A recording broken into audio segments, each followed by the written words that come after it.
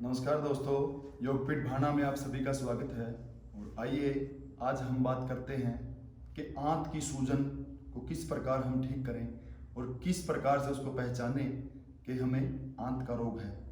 वैसे तो पेट दर्द से हमें महसूस हो सकता है कि हमें आंत में इन्फेक्शन है, लेकिन फिर भी उसकी एक्यूरेसी के लिए हमें अपना टेस्ट वगैरह करवाना चाहिए। जांच से ही पता लग पाता है, क्योंकि पेट में बहुत सारी चीज़ें हैं, लीवर भी है, किडनी भी है और आंतें भी हैं। उनमें से किसी में भी इन्फेक्शन हो सकता है। इसके मुख्य जो लक्षण हैं वो पेट में पहले धीमा धीमा दर्द होना शुरू हो जाता है, उसके कुछ समय के बाद फिर तेज़ दर्द भी होना शुरू हो जाता है। इसलिए उससे आप अंदाज़ा लगा सकते हैं कि मुझे पेट में या आंत में सूजन या फिर कोई इन्फेक्शन है। उसके अगर हम कारण पे जाएं तो इसके बहुत सारे कारण हैं। हमारे भोजन का नियमित रूप से न होना, और इसके साथ साथ तेलीय भोजन का ज़्यादा यूज करना, तला हुआ भोजन ज़्यादा मात्रा में सेवन करना, या फिर अच्छा भोजन न लेके हम खराब भोजन लेना। और खराब पानी से भी कई बार देखा गया है कि खराब पानी का सेवन करने से भी हमें आंत में इन्फेक्शन हो जाता है। और अगर हमें पता लग गया है कि हमारी आंत में इन्फेक्शन है तो फिर हम उसको किस प्रकार से ठीक करें, किस प्रकार से ही हम अपनी घरेलू चीज़ों के द्वारा उसका उपचार करें। सबसे पहले तो जब आपको पता लग जाए कि हमारी आंत में कोई इन्फेक्शन हो गया है तो आप ज़्यादा हैवी वर्क काम बंद कर दीजिए, क्योंकि उससे आंतों में सूजन और बढ़ सकती है। आप थोड़ा विश्राम करिए और उसके साथ साथ कपालभाति प्राणायाम करिए, और वो बिल्कुल धीमे धीमे आपने करना है, बैठ के एक स्थान पे, और बिल्कुल धीरे धीरे करें।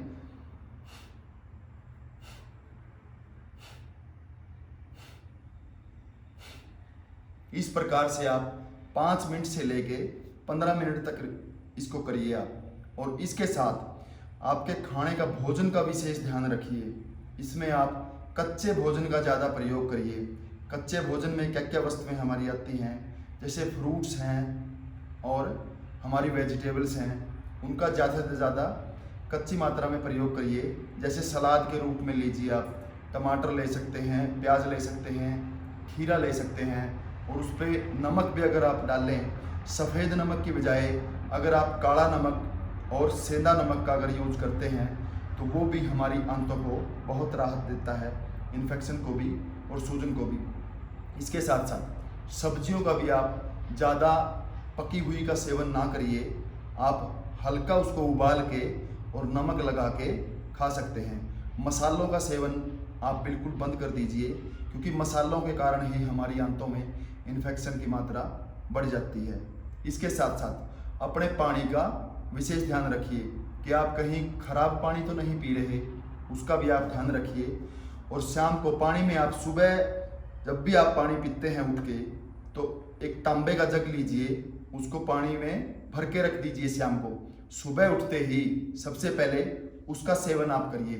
वो भी आंतों के लिए बहुत ही कारगर है, रामबाण का कार्य करता है, क्योंकि वो जब तांबे के बर्तन में हम उसको रखते हैं तो उसका टेस्ट बिल्कुल अलग तरह का हो जाता है और तांबे के गुण उसके अंदर आते हैं।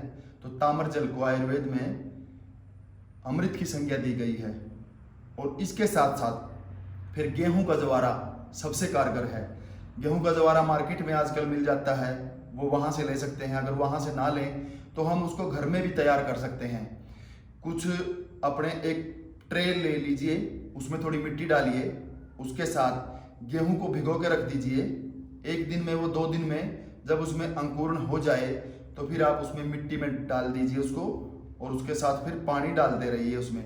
वो 6 या 7 दिन में उसमें अंकुरित हो जाएगा, और उसको ऊपर से काटिए और उसको मिक्सी में या कुंडी में उसको रगड़ के उसमें 1 गिलास पानी मिला के उसके साथ हम पुदीना डाल सकते हैं, थोड़ा नींबू का रस उसमें मिला सकते हैं, और 1 गिलास पानी में उसमें डाल के उसको मिश्रण को छान के फिर उसको सिप सिप करके पीजिए।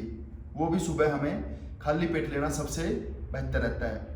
और अगर हम इसको 10 दिन से लेकर 15 दिन तक अगर आप इसका यूज करते हो गेहूं के जवारे का, तो आप देखेंगे कि आपकी आंतों की सूजन और इन्फेक्शन बिल्कुल ठीक हो जाएगा। और इसी के साथ हम और भी अपने घरेलू जो चीज़ें हैं उनका सेवन करें, जैसे नींबू रस का आप सेवन करिए, थोड़ा संतरे का आप लीजिए, वो भी आपको काफ़ी राहत देगा। इसी के साथ अपने भोजन का समय निर्धारित करिए और समय पर भोजन करिए, अपने सोने को निर्धारित करिए, सुबह उठने को निर्धारित करिए और सुबह उठ के थोड़ा सैर कीजिए और योगा प्राणायाम जरूरी कीजिए। इसके साथ साथ अपना ध्यान रखिए। धन्यवाद। जय हिंद।